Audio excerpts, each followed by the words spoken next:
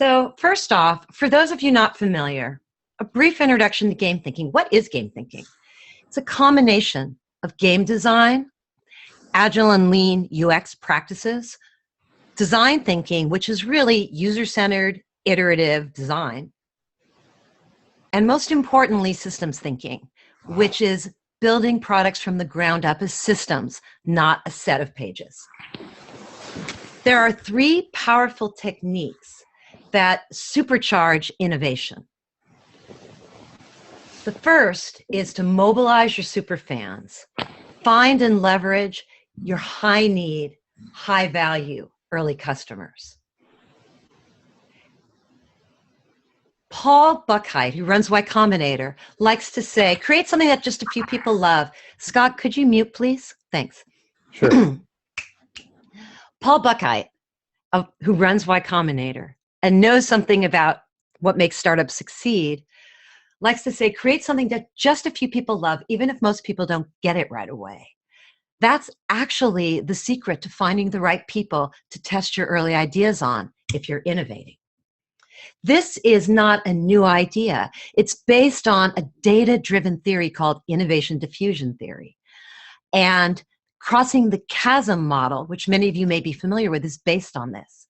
The punchline here is before you test your innovative idea on your target market, find and leverage your superfans, an early slice of that market, and then expand out from that base. It's a much better way to actually bring your idea to life. The second principle is to start with your learning loop. Game designers call this finding the fun. It's really finding the value. And think about creating a skill-building feedback loop, even if it's very simple. If you focus on that and test your idea with that, you'll go much further, much faster. Ralph Koster, who wrote A Theory of Fun and is a world-renowned online game designer, likes to say that fun is just another word for learning. And that's really the backbone of this idea, that the way you engage people is not with gamification. That's great for short term. It's not with external manipulation of rewards or behavior modification. The way you engage people is with learning and mastery and skill building. People want to get better at something that matters. That's where deep engagement actually comes from, in gaming and beyond.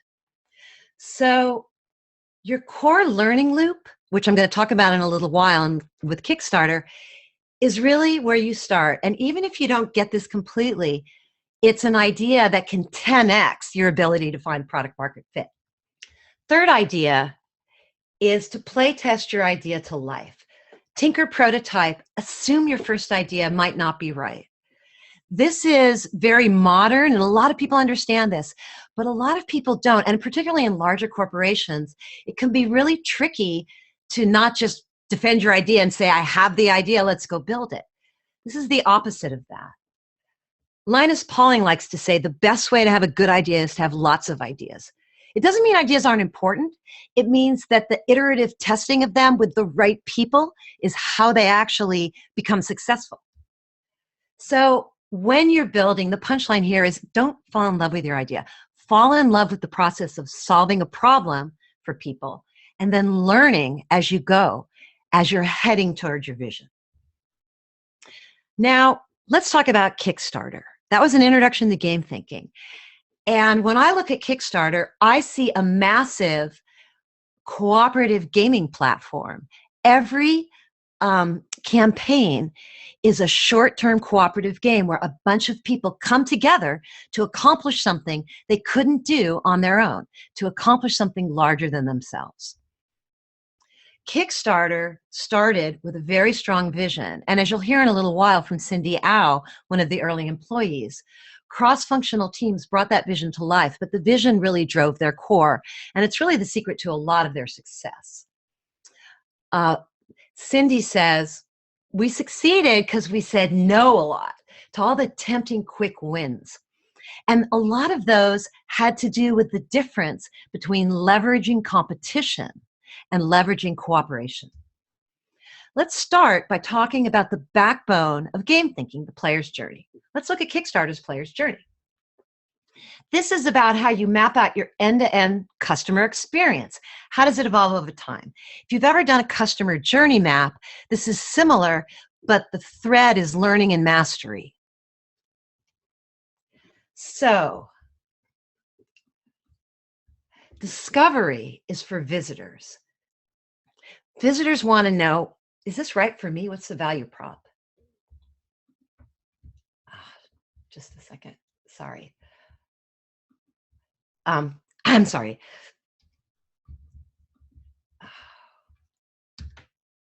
There we go. Sorry, I had a brief glitch.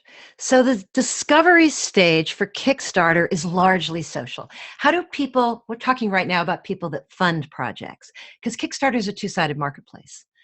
How do funders discover Kickstarter? Largely through social media and direct outreach, via friends and followers and email. In that sense, Kickstarter is very game-like, as is Slack. Onboarding is the phase where you're learning the ropes. It's for newbies. Kickstarter has wonderful layers of onboarding that unfold. There's so much you can learn. And one of the things I love about Kickstarter is the way that they let you browse and explore. Again, very game-like. It's directed, but there's a lot of being acknowledgement that part of why you're there is to explore things that are interesting to you. Habit building is for regulars. Habit building kicks in once someone's invested. It's what's the thing that pulls you back? And if you're smart and you're doing skill building and learning, what's the thing that you're getting better at? Kickstarter is masterful at driving engaged habits.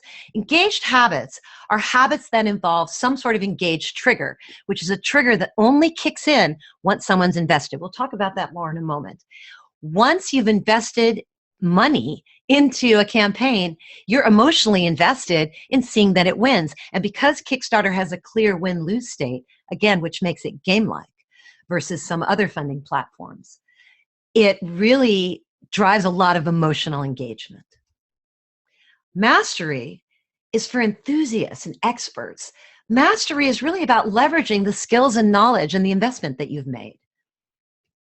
So when you're heading toward mastery in Kickstarter, you know, I actually funded several projects before I tweeted about one. The first one I ever tweeted about was LeVar Burton's, because Reading Rainbow meant so much to me. And I've worked with LeVar, and it just really meant a lot to me.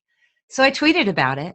And then I got really interested in seeing if my tweet would get retweets and likes. And there you go. There's your engaged trigger. So now let's talk about the other side of this two-sided marketplace, creators. So onboarding for creators in the player's journey, again, lots of resources. It takes you through setting up a campaign. There's a whole creator handbook. They have a lot of support and a lot of onboarding. Habit building is all about checking your stats. There's so many ways to check your stats. Once you're running a campaign, in the earliest days, the only stats you could really check were your video stats, your video views. So people would treat those as a proxy. Kickstarter's evolved a lot since then.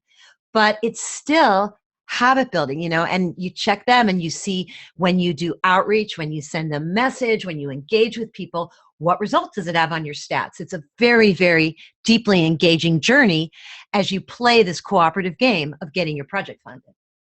Mastery for creators, one is figuring out Kickstarter enough to get your project funded. Did you set your goal too high, too low, etc.? So that's stage one of mastery. But you can go beyond that, as we'll see in a moment. It's really powerful, and unfolding these layers is what makes Kickstarter drive so much long-term engagement. Mastery is best when it leads to greater impact. So if you think about gamification and loyalty marketing, you know, there's status markers and there's special privileges. That's all well and good, but if you want your mastery to really drive emotion and engagement, what people that have invested in your system really want is impact and opportunities. Kickstarter is a great example of that. They now, it's fairly recent, launched Kickstarter Experts, which is a curated marketplace of consultants that can help newbies with their campaigns. And these are people that have all successfully completed multiple campaigns. Now let's dive in and look at the learning loop. First, let's start with the funders.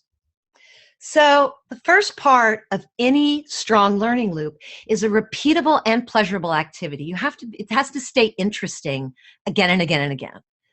That satisfies an internal urge or need. People aren't going to form a habit unless there's an emotion and an internal urge. Just external, people turn off notifications if they're not connected to what they want to do.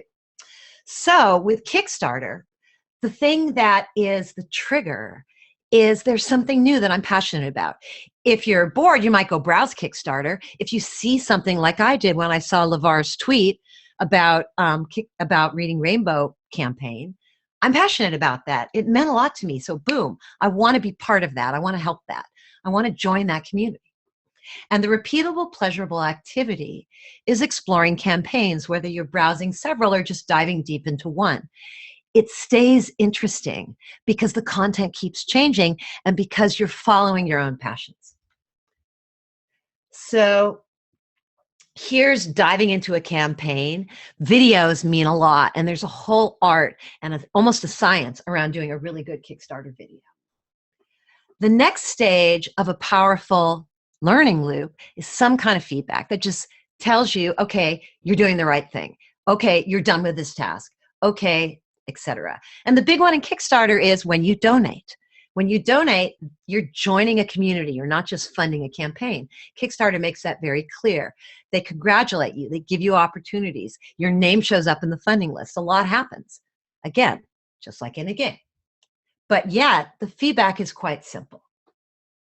The third stage of a strong learning loop is when you start to develop an investment system, progress system, and then engage triggers. An engage trigger is something that a newbie wouldn't respond to. It's not a notification. It's checking your stats when you care about your stats. So here in Kickstarter, the investment system is sharing your story. And Kickstarter is brilliant because right at that moment when you're emotional, you've just pulled out your wallet and donated, joined the community. Yay, congratulates you. You're official, you show up. You can now message, you can be part of the conversation. And Kickstarter says, hey, why don't you share your story? So when you do share your story, the whole loop starts again. And on social media, somebody else will see it. They'll click through just like you did when you discovered it. And now you're interested in checking your stats. Now you've just got an engaged trigger. So there's my engaged trigger. Let's look at the creator loop. Again, two-sided marketplace, different motivations. And any of you that are building two-sided marketplaces, these tools work beautifully for thinking through the different motivations and how they interlock and how to balance them, which is the challenge of everyone building a two-sided marketplace. So for creators, this is what the learning loop looks like. The engaging activity is managing your campaign. It's reading and answering messages. It's engaging with your community. You've got to do that a lot if you're going to be successful. The internal urge is, how's my campaign doing?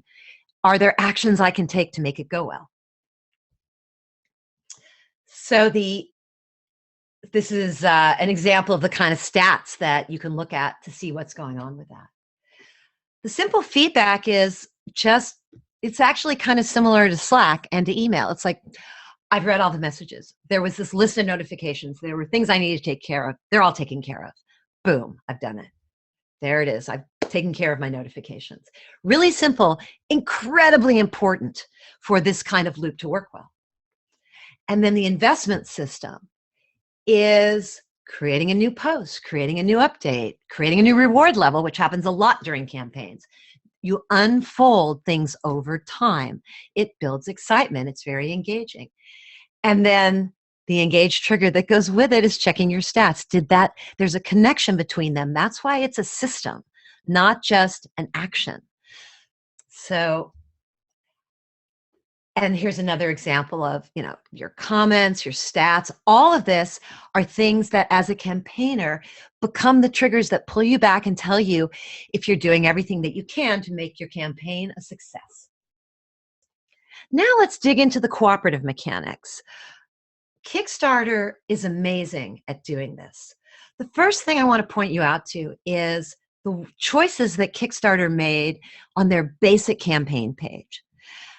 if you look at everything, everything is group stats. It's collaborative. It's a we.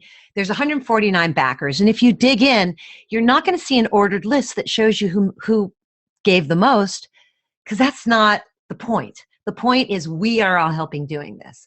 This is how much we've pledged. Oh, but we have this more to go. And everything is structured around the idea of we. Now let's look at Kickstarter's homepage. It's an even better example. You're probably familiar with leaderboards. And this is a different technique. It's called a spotlight. Kickstarter uses spotlights rather than leaderboards. Those of you who read my Medium article, which goes into this in more detail, will remember this. So Kickstarter made a choice to not put, here's the top 10 campaigns in this, this, and this, but to just have a spotlight mechanism for each of their categories. So you can just, again, this is also designing for exploration. You can just click through these categories and you'll just see a project we love. They make no bones about it. They're not saying it's fair. It's just a project we love. And it's a spotlight. It's a way to highlight excellence, which, by the way, tells everybody in the community, this is how we do it, right? It's highlighting excellence is a great thing to do. Problem with a leaderboard is newbies come in, they look at it and they're like, I could never be there. Leaderboards can be really demoralizing. But a spotlight makes anybody feel like they could be there. And some of the spotlights are small campaigns, some are bigger, it's all over the place. By doing it this way, you can take a pool of your content or your people and just kind of say, here's what excellence means. Let's put spotlights on it and change those spotlights all the time to showcase excellence while still maintaining a cooperative environment. It's a simple and very powerful mechanic. So let me summarize the game thinking design tips that you learned today. A strong vision will help you say no. Very important. You can engage your customers over time with a learning loop, even if you start very, very simple. You want to reward the people that go deep, the people that master your system, your best customers, with impact and opportunity, not trinkets. You can use cooperative stats and a cooperative UX to help build group identity and create the idea of we. And you can use spotlights rather than leaderboards to showcase excellence if you want to create a collaborative, cooperative environment. People, when they think about, oh, there's a goal and it's a money-based goal, there's such a huge temptation to start adding things like, oh, well, let's give someone a trophy if they're like the biggest backer, or, let's have the top 10 campaigns sitting next to each other on a leaderboard. But when you think about, again, why Kickstarter came into being, which again it was really meant to just be, a place where people could feel comfortable trying. You can imagine where that hyper competitiveness would immediately sort of turn so many people away, where no longer, are you focused on what you're doing and really just letting that guide you, but you're now focused on, oh, well, these other 10 people are doing it better than me and I don't feel like mine's worthwhile anymore. And that, obviously would be a huge detriment to not just the site, but just to, this whole landscape of people being able to create. It's really antithetical. And I think that collaborativeness is really, in this funny way, what caused the site to be as big as it has been, because it's open, it's inviting, it's saying anyone can try this. And it's not about beating the campaign next to you, and it's not about winning in your industry. It's about sort of setting a goal for yourself and, figuring out how you can work with people and build a community around that, and challenging yourself and others, in your network to be part of that. And that's sort of where the challenge comes from, not from competition. So what Cindy shared, and we also, there's much more great stuff that Cindy shared that's going to be part of our upcoming Game Thinking Live program, is in essence that they had many, many temptations along the way to juice their stats with competitive mechanics, to make top 10 lists, and a lot of their campaigners asked them for it. They said, I want to highlight my really high-paying people, et cetera, et cetera. They resisted the urge. And the reason they resisted the urge is they didn't want to demoralize the little guy. They wanted everyone to feel part of something bigger than themselves. And it paid off in the long run. So that's something for you to take away.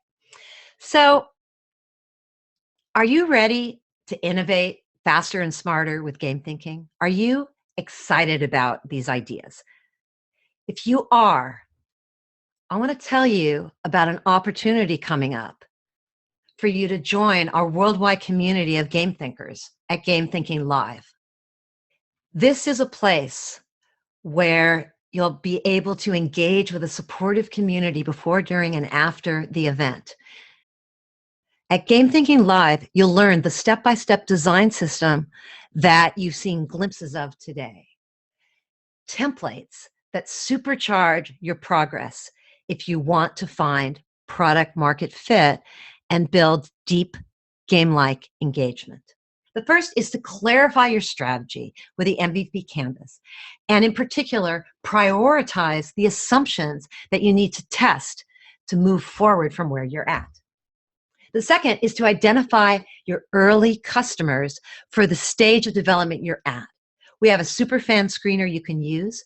And this goes back to Paul Buchheit's comment. You need to find the people that have the burning need. You can get very, very off track if you just test your innovative idea on your target market. The third is to surface habits and needs with speed interviews. If you hold your horses with the solution idea you have, and you actually do targeted, fast interviews with the right people and find out the existing relevant habits and the unmet needs around the market and the area you're looking at, again, you will 10x your ability to build the right MVP. The fourth is to distill those insights into design-ready form. Those of you who are familiar with job stories, you're already doing it right. Those of you who aren't, this is a modern, powerful tool for turning research insights into product decisions. Intercom, one of the best companies on the planet for UX and communication tools, is leading the way with this. And I've adopted it into this framework with lifecycle job stories. Very powerful tool. You will get this framework to design an evolving customer journey for your product based on skill building and learning. You will get the tools to prototype a simple skill building core loop, translate that into what makes sense for your product. Learning to start with that rather than your onboarding or your discovery or your mastery is one of the secrets to building long-term engagement. You'll get a quick 3-part script and framework for testing your ideas with the right early customers. I saw that somebody asked a question about testing earlier. Definitely will answer that question. And part of the answer is yes, we have a template that's specific to testing the kind of issue that you brought up. And it turns out play testing, there's a lot of different ways to test. A lot of you might be familiar with testing your UX. This is a different kind of testing. This is discovery testing. And there are ways to get the most out of it and to speed up the process. And the last one is to validate your idea and decide what to do next. For this, we use the game thinking roadmap, which you see here. And this is the guide that shows you where you start and how you then bring in the other parts of your customer experience over time if you want to build deep game-like engagement. So what you get with this program, you get this proven system for better, faster product design. You get these 8 powerful interactive templates and learning modules. Leading up to the 2-day event, you get weekly online coaching sessions if you want to join them. We're already going. We've been going since December. We have a learning community online, the Game Thinking Academy. And if you're absorbing the materials and you want to get a jump start on this, you can do it and get all your questions answered. You get this private group with coaches and peers to help you answer your questions and see how other people are approaching the same work. It's It's very illuminating. You get insider access in this online learning community to the VIP coaches who will be joining us at Game Thinking Live, including Scott Kim, who you met earlier. We have 12 coaches and we're adding a few more. I couldn't be more excited. These are some of my favorite people in the world. And you also get access to our you also get access to our not yet published case studies online that we will then be sharing that show you stories of how entrepreneurs from insurance and gaming and healthcare and education use game thinking to bring their products to life. There's a few other bonuses that I want to share with you because you're on this webinar. We have a early bird VIP breakfast that's going to be on the first day where all the speakers and coaches are invited, and you will be able to join us and just talk to anybody you want there, ask them your questions, tell them what you're excited about. That's a really wonderful opportunity to just go deeper with this community. You're also going to get my mini course, Introduction to Cooperative Design. If you're intrigued by what you heard here today about Kickstarter, I have a detailed step-by-step 5-point system for building cooperative design mechanics into your system, your product, your service, your app, your game. That's part of this package. And thirdly, I would love to work hands-on with every one of you, but this particular opportunity is, in addition to getting the group experience and the coaching that you'll get at Game Thinking Live, the first five people who sign up today will get an hour-long one-on-one coaching session with me. We can talk about anything you want. I will answer all your questions about your product. We can go into design issues. We can brainstorm your ideas. That's something that I wish I could do for everybody, but I will do it for the first 5 people, and I'm super excited to talk to you and learn more about what you need to succeed. So you're probably wondering, what's the investment? And I'd like to tell you that. So let me put it into some context. I do private workshops for companies, and that includes several months of coaching. Those start at $25K, and I fly all over the world to do those. I absolutely love doing it. If that sounds like you, and you have 100 or so people you want to train, let me know. I work with private clients. Again, if you're a startup and you really want pedal to the metal results, I work with private clients, and I would love to hear from you and see if you're a good fit for our services.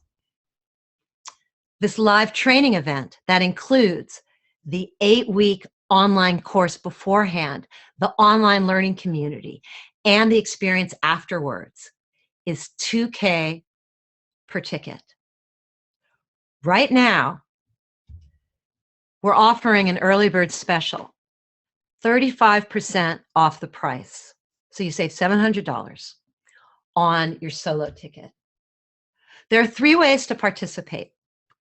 The solo ticket is for people that just want to come. You're a designer, you're a product manager, you're a solopreneur, you want to build your skills, you want these shortcuts, you want this toolkit, you want to join this community and level up your product design skills and your ability to deliver results on your project you're working on right now. That's who the solo ticket's for.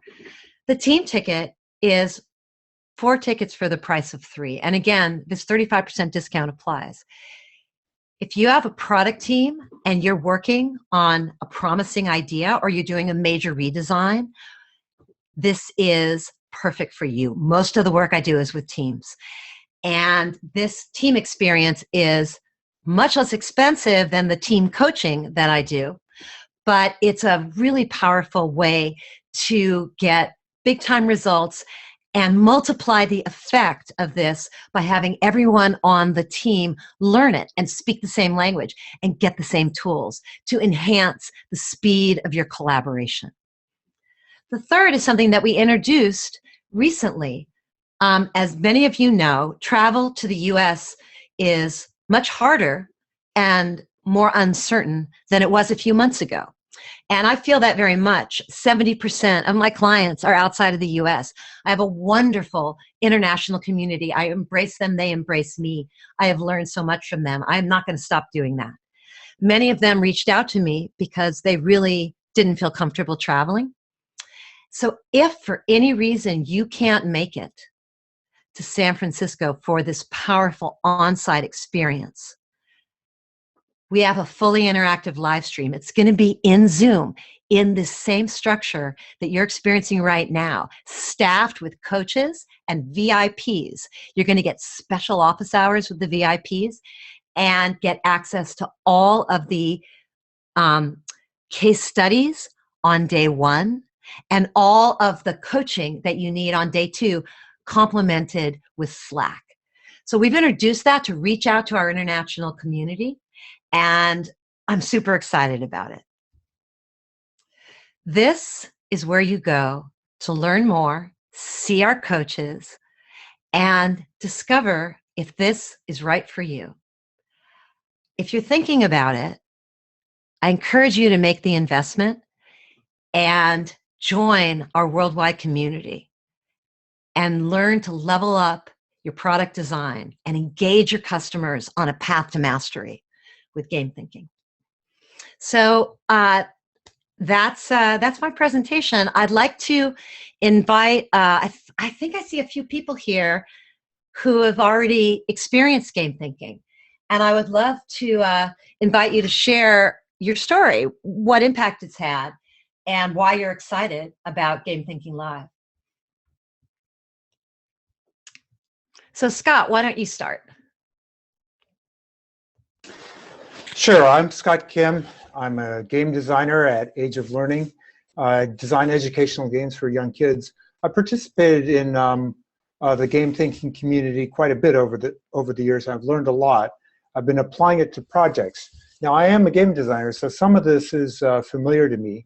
I'm familiar with building early prototypes and doing a quick play test. But the thing that really affected me was a technique. It wasn't mentioned in the Kickstarter presentation, but was doing interviews with your super fans. I kind of felt like, well, I'd done some surveys. I know what they need. But it turns out when you talk to them, it's a lot of what you learn is not news, but it really gives you a vivid picture of exactly what the real priorities are, which things to focus on, and how people are already struggling with them. That's really specific. That's the thing that's worked for me the best. So now I do. I go out, find my super fans, and interview them on all the projects I'm doing, and I'm bringing that practice into the rest of the company. I'll be there at the live event. It's March 31st, April 1st. That's a Friday, Saturday, right? That's correct. So I'll be there. I'm looking forward to helping you apply these ideas to your project and meeting other people who've a lot of alumni will be there, so I'm excited to meet them as well. Awesome. So let's see. Let's go ahead to the questions. I think there was a question in the chat earlier. That's right. So Donna Kelly asked, I would like to hear about testing processes for optimizing game-like interactions in an MVP. Go ahead. So that is a great question. Excuse me. That's a combination of several elements of the game thinking toolkit that you just learned about. The first element is the core learning loop. The way that you optimize game-like interactions is not by using gamification, but by creating a coherent path to mastery that involves learning and skill building. And so the way you start with that is with a simple system. Every complex system starts with a simple system that works, and the simplest system is a feedback loop. So you start by defining and narrowing down what is the core feedback loop. What is the thing that people need to know they're getting better at? What is the bit of value, finding the fun, the bit of action that everything else depends on, the thing that people spend their most time doing? And then what is the feedback that we're going to include that let people know if they're on the right track? That structure is where you start. And then you use the game thinking roadmap to start there and then bring in onboarding right afterwards when you need it. Bring in mastery a little later when you've got people that have moved through the system enough that you know what they want to master, etc. And the third piece is the three-part testing structure. The way you test for this is not design all of that, build all of that, and then test this fairly complete thing. The way you do it is you actually start with rough prototypes. They could be mock-ups, they could be a working prototype of the idea, and testing just that core part on that slice of early adopters that Scott just talked about that saves you so much time, that works so well, your early customer community, the people with a burning need. And then once you've iterated that, and you assume that you might be wrong, and you look for the ways you're wrong as well as the ways you're right, and then you continue to do that. There's also in-game thinking, and in the program, there's a lot of actual game mechanics, like, for instance, structuring challenges or tasks, which is a really powerful game mechanic that has nothing to do with gamification. It's just how you break a bigger problem down into smaller problems and make it fun to solve those problems. And that's very much structural. But the way you, so that's the structural part, but the testing part is to start with really rough prototypes and then use this three-part structure to interview your customer, show them your artifacts, engage them with your artifacts, and then debrief about what they liked, what they didn't like, and how they can imagine that changing their life. And if you do that, you're doing game thinking, and you will move much more quickly toward building a deeply engaging product that your customers come back to again and again and again. So Dan, are you still here? Let's see, we have some chat. So those of you who have to leave, thank you so much for coming. I hope you'll join us at Game Thinking Live. It's March 31st and April 1st. Go to gamethinkinglive.com. If you're not sure, go ahead and sign up for our mailing list. I'll let you know when we do the next Game Thinking Teardown, which is going to be a Snapchat. So that'll be really fun. And if you are interested and you have questions, go ahead and just email the notice that you got, or you can just, talk to me on Twitter. I'm Amy Jo Kim on Twitter. If you have any questions, I'm happy to answer them, but probably you should ask them now. All right, so it says, I am definitely coming. Awesome, Sandy. So do you want to share? So it looks like Sandy will be coming. Would you like to share how, that's really awesome, Sandy. Share, you can turn on, I think I might have to enable you. Enable your mic. So I'd love to hear from you. I think, Scott, can you promote Sandy to be a panelist, and then we can hear from her. Okay, I'll try. Let's see. All right. Hey, David, I see you're here. I would love to, Sandy, I'm going to promote to panelist. All right. Hello, Sandy.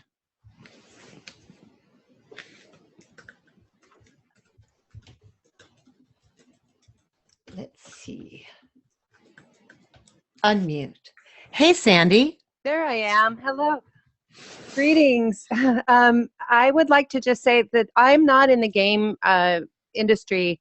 Amy Jo Kim's game thinking has helped me in my own work. I'm a pastor and a community organizer, and Amy Jo's game thinking helped me to set up a community working to end gun violence.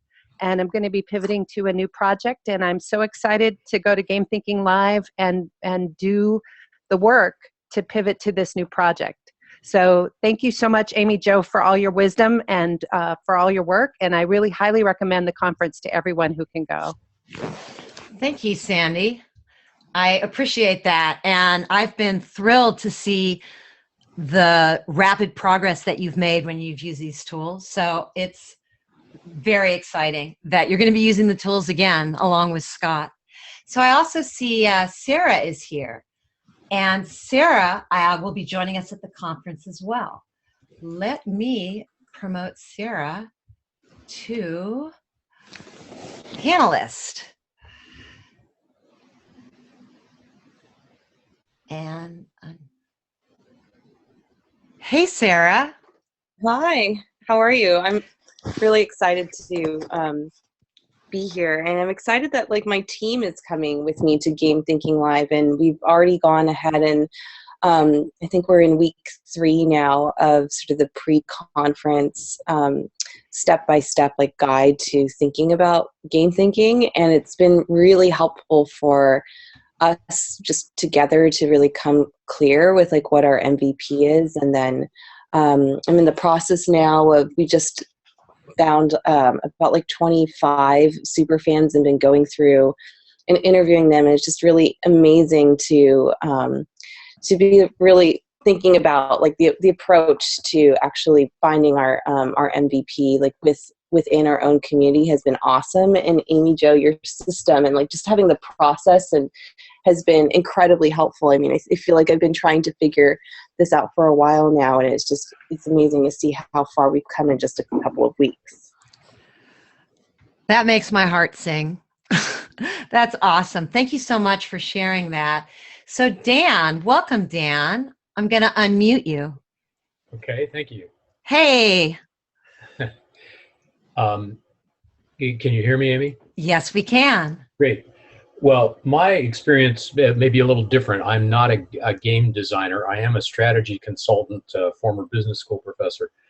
And I have used lots of techniques like the lean startup and design thinking and systems thinking, all of which I'm very familiar with, on a project I'm doing to try to develop an effective online education system for strategy.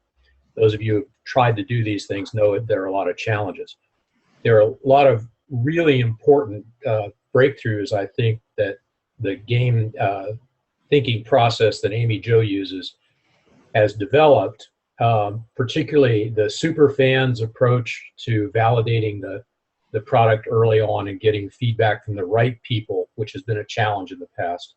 The play testing, and also developing, which I'm just in the process of doing, but of learning a lot, developing a learning loop, because I think that's probably the key to success or failure in my particular efforts.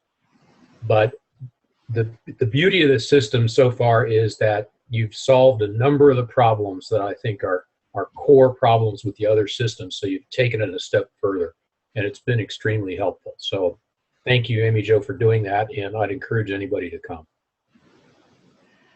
Thank you so much, Dan. That it makes me so happy that this is crystallizing for you things that you're already familiar with, but putting them into a framework that's actionable. And that's what this is all about. It's about action. It's about turning your idea into a successful product. It's about having the tools to actually validate and shape your idea, and knowing who to listen to and who to ignore, which is one of the trickiest things about this, about bringing ideas to life. Did you want to share something, Scott? You know, one trick that I found really fascinating. It was that I just used. I just did a play test last week, and what was hilarious is you can play test other people's products. This is not unique to game thinking, but that's where I learned it. It's if your goal. Here's what's really important. It's a key idea in game thinking is that your job is not initially to design a product. Your job is to validate or invalidate your hypotheses about what the product might be or what the customer's needs are. And you can do that perfectly well by testing other people's products, not just your own. So the first thing I did was I said, when I signed up for this new project I'm gonna do a play test in 3 weeks. I gave myself a little bit too little time, forced me to think on my feet. And a lot of what I did was cobble together a play test from other people's products, adapted them in some cases, and sometimes use them straight. And I learned a lot that way. Awesome. So thank you so much for sharing that. It's the reason that I put the system together is because I used it again and again and again. I was desperate. I needed shortcuts. I was working on amazing products and we never had enough time. So it's very gratifying to see you and Sandy using this repeatedly for new projects and using different parts of it and then bringing your team in. Because I know, Scott, your team will be coming as well. That's right. And yeah, that's a lot of people who've been through it. A lot of what you have that makes Dan emphasized, this takes lean startup and so on a little bit further. And how it takes it further is you've got guerrilla techniques, things you can do very quickly with little budget and little teams that are highly effective. Let's see, I guess Miriam's interested in going. Yes, Miriam is going to tell us a little more about her project. Welcome, Miriam. Hi. Hey. Yes, I can hear you. Thank you for logging in. Tell us, by the way, that's a great question you asked. I'd like you to ask it yourself and tell us a little more about your project. Well, we are a company. We are working with archival institutes in France. And we are working on a platform project for archivists to be able to share common information on producers of archives in the repository.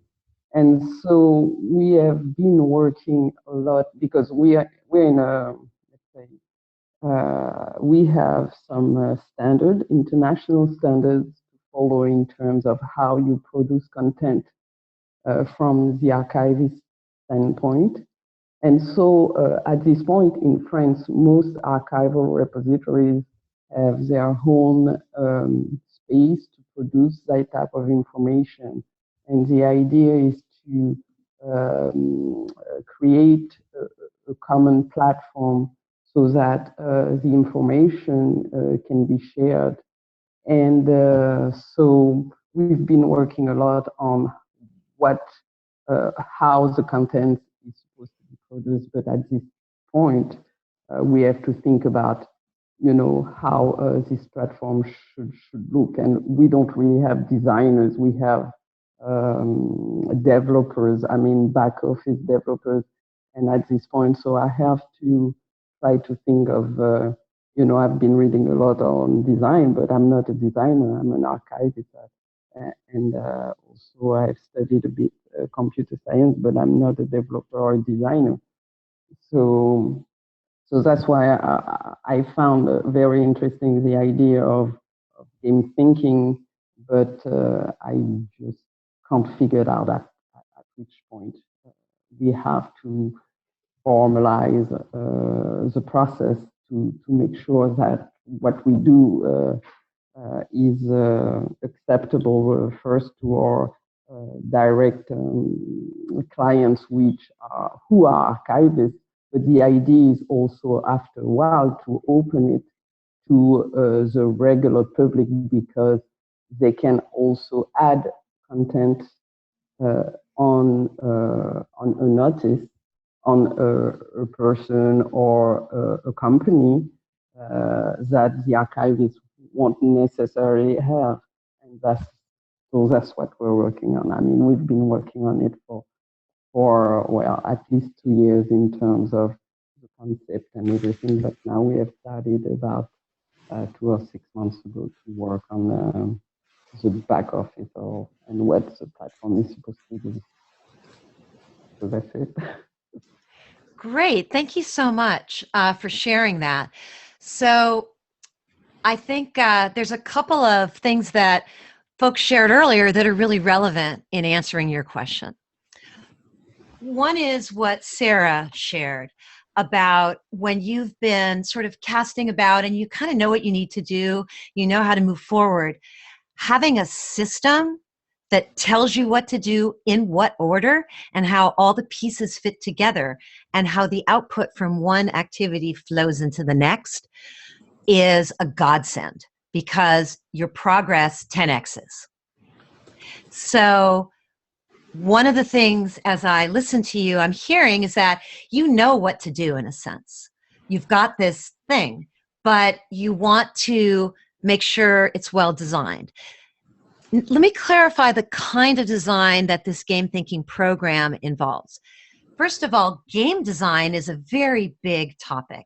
Game design involves aesthetics. Game design involves dynamics and mechanics, and there's, shooters, and there's Minecraft, and there's casual puzzle games. There's all kinds of games. The kind of game design that's in this program is really structural and about building learning systems that give you feedback so your customer gets better at something. So if you're not a designer, many of the people, as you've already heard, who are taking this and using the tools with their team are not designers, or not even directly, but the tools let them turn the idea into reality. And particularly, they give you a way to get insights very quickly from the right people. So you mentioned that your clients are archivists. So there are ways to get specific feedback on, not on your ideas, but on their needs and their habits from a small handful of archivists that will actually shape the core of your learning design. And it's that process and stepping you through it that you get the tools to do and the support and the coaching to do. So let me also tell you, I'm going to be really upfront, because this isn't for everyone and it's not always the right time. Here's who it's for. It's for anyone who really wants to build a product faster and better and build the right thing earlier and create deep engagement and create, even if it's very simple, the bones of a game-like experience. That's who this is for. If you can carve out the time to focus on this for 2 days, we have an 8-week prep course, and a lot of people are carving out more time and being very, very smart and budget conscious and taking advantage of that. And we offer it because we want to help you, and we want the people who go deep to show up at the 2 days ready to rock and roll, having already done a lot of work. But it's also a way for you to get all the material that you always want to know where it is and refer to it and share it with your team. It's all online. So that's part of the beauty of the system in terms of educating you. So it's not for someone who isn't available on those days at all, or who wants a magic silver bullet and doesn't want to do any work, or who wants to do this, but if you're crunching on something else and you have zero time to spend on this over the next 3 months, you just don't, then, this will save you huge amounts of time, but you have to be able to devote some time to be able to do it. Now, I'll also tell you, later this spring and into the summer, we have a completely online 8-week masterclass. It's a little more advanced, but that requires no 2-day intensive, and it's awesome. It's similarly priced. It's an awesome experience. So those of you who feel that Game Thinking Live doesn't work for you right now, you're crunching, I strongly recommend that you sign up for that. So that's a great thing. However, Game Thinking Live is the most efficient and cost-effective way to get this toolkit and to actually get a kickstart on using it to supercharge your progress.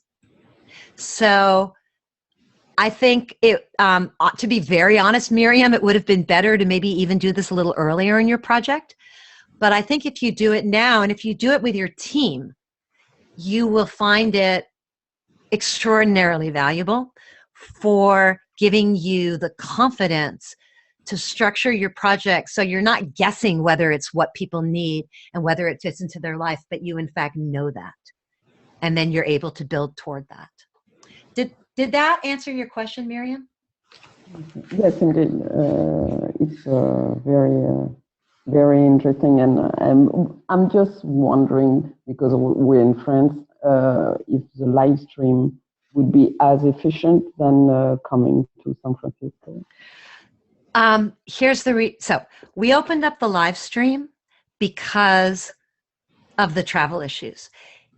If you could come to San Francisco, it'll be amazing. You'll meet all the people you met today, plus hundreds of others, and it's going to be amazing. And all the luminaries who are going to join us. However, it is totally okay to participate from France if you can't travel. What you get with the live stream is one login, and I understand that people use it with their team. So if you want your team to have more logins, I'm sure we can work something out for you at some sort of team package. But the other thing is, here's the thing. If you purchase the live stream, the early bird is expiring at 12 midnight tonight. So this is the time to save 35%. And I'm a budget-minded entrepreneur, just like you are, just like we all are. So I encourage you to do that if you're thinking about it. That's why I'm making this offer. I want you guys to find this easier.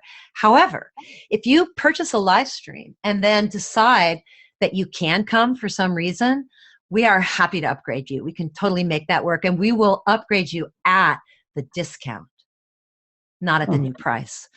But the thing about the live stream is it includes all the online materials and access. That's the magic of this. It's a blended online-offline event.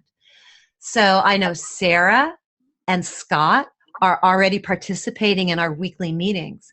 And as soon as you get started, you can come to these weekly online meetings, work through the activities, review your work, get coaching, get feedback from other people all over the world.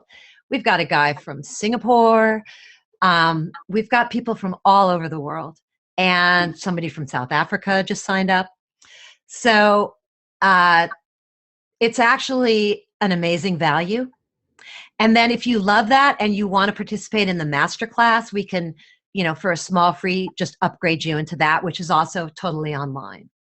My interest is in getting these tools into the people's hands who need them and seeing them 10x their progress, like Dan told you about, like Sarah told you about.